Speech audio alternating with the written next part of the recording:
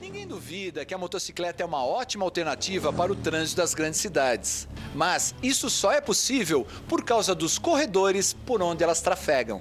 Porém, infelizmente, muitos acidentes acontecem nos corredores de trânsito. Muitos motociclistas abusam e muitos motoristas contribuem para toda essa discórdia. Por isso trouxemos na nossa garagem Momento Moto o Dr. César Augusto, mais conhecido como Cezinha, presidente do Carpe Diem Moto Turismo. Tudo bem, Cezinha? Tudo bem, Dino, e você? Cezinha, tudo bem. A pergunta aqui é pertinente. Você, como advogado e motociclista também, poderia nos dizer se é permitido ou não trafegar nos corredores de todas as cidades, enfim, no Brasil? Dino, o que regula o trânsito no Brasil é o Código de Trânsito, uma lei de 1997. Nela havia o artigo 56, que proibia expressamente motocicleta de circular no corredor. Esse artigo foi vetado pelo então presidente Fernando Henrique Cardoso, então pode-se concluir que é permitido andar no corredor de motos. Porém, no mesmo código existe o artigo 192, e que determina que os veículos, de uma forma geral, precisam manter distância segura lateral, frontal dos outros automóveis, dos outros veículos. E esse é um fato que tem gerado uma certa discussão, porque não nas cidades, mas aqui em São Paulo, nas rodovias, a polícia tem multado motocicletas no corredor com base nesse artigo, não no artigo 56, que não existe. Você, por exemplo, utiliza-se dos corredores de trânsito? Com certeza, diariamente. Aliás, vim para cá hoje de moto e vim pelo corredor. Seria totalmente inviável, eu teria chegado atrasado, porque o trânsito hoje está totalmente caótico em São Paulo. O que se diz é que é extremamente perigoso andar nos corredores. O que você acha disso? Você acha que é perigoso mesmo? É perigoso, Dino. O corredor não é para amador. Você precisa ter um mínimo de experiência para poder pegar um corredor e agir de forma segura para você não ter conflito com outro veículo ou com outra motocicleta. E não é na autoescola, infelizmente, que se aprende isso. É apenas no dia a dia, na vida. Você já sofreu algum acidente no corredor de trânsito? Há alguns anos eu sofri um acidente aqui na Marginal Tietê, onde uma mulher, de forma inadvertida, fechou o corredor e acabamos tendo um choque. Na época eu perguntei para ela se ela não tinha me visto, ela disse que tinha visto sim, porém ela achava que dava tempo e não deu. Acabou resultando em perda total na motocicleta, no carro, e graças ao equipamento de segurança que eu estava usando eu não tive nenhum ferimento sério, graças a Deus e ao equipamento de segurança. Cezinha, vamos falar sobre outros países. Você conhece alguma coisa sobre a legislação americana a respeito dos corredores? Eu já circulei pelos Estados Unidos, por vários estados. E lá é diferente daqui, não existe um código nacional de trânsito. Digamos que existam os códigos estaduais. Cada estado tem sua legislação. Então, por exemplo, na Califórnia, você só pode circular no corredor se o trânsito estiver parado. Nos outros estados, a maioria deles não permite você circular no corredor.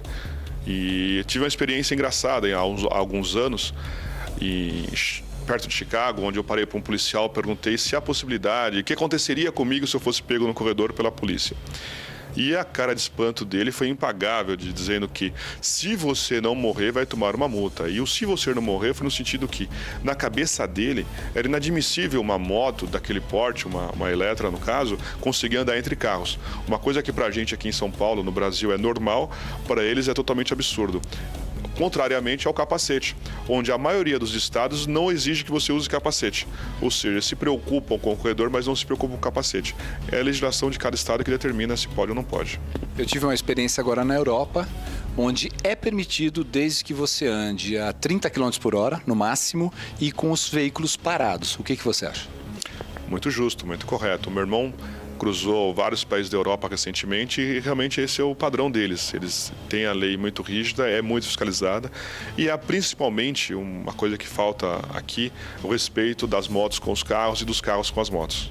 Cezinha, eu utilizo dos corredores todos os dias e vejo assim verdadeiros absurdos de novos motociclistas, não experientes ainda, andando a 60, 70, às vezes até 80 quilômetros num corredor de trânsito. Eu costumo dizer que se um deles vier a ter um acidente, com certeza ele não vai ter oportunidade de andar de moto novamente. O que você acha?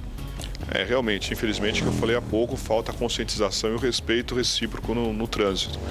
Ele estar a 80, ele estar a 30, a diferença final será muito pequena com relação à origem ou destino dele. Em compensação, o acidente a 30 e a 80, a consequência é muito maior. Então convém muito mais, é muito mais sábio da parte do motociclista andar a 30 por hora e chegar 5, 15 minutos mais à frente do que um acidente que ele sofreria a 80 por hora, por exemplo, que resultaria um dano muito maior do que o dano resultante no acidente de 30 por hora. Cezinha, eu tenho uma foto aqui muito interessante, vou pedir para o diretor colocar no ar.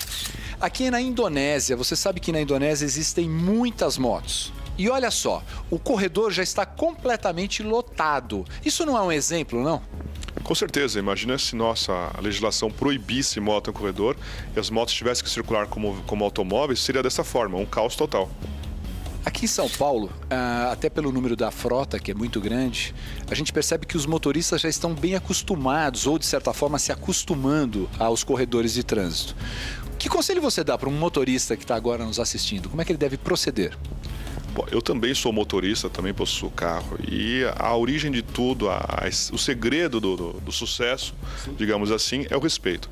Nada te custa abrir passagem para a motocicleta passar. O motociclista ele tem as razões dele por estar naquela velocidade, estar naquela pressa. Normalmente o motoboy que tem que estar trabalhando.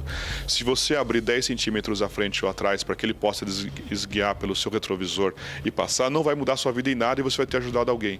Então é o respeito. Simplesmente dá a moto, para com o carro, porque não adianta ficar buzinando, porque chega uma hora que o carro trava, ele não consegue mais andar.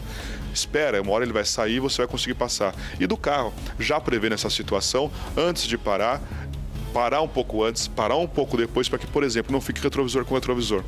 Se ele parar um pouquinho mais adiante, a moto consegue se esgueirar e sair. Ou seja, 10 centímetros para frente ou 10 centímetros para trás ajuda, inclusive, esse fluxo de motocicletas, porque o motociclista só quer passar, né?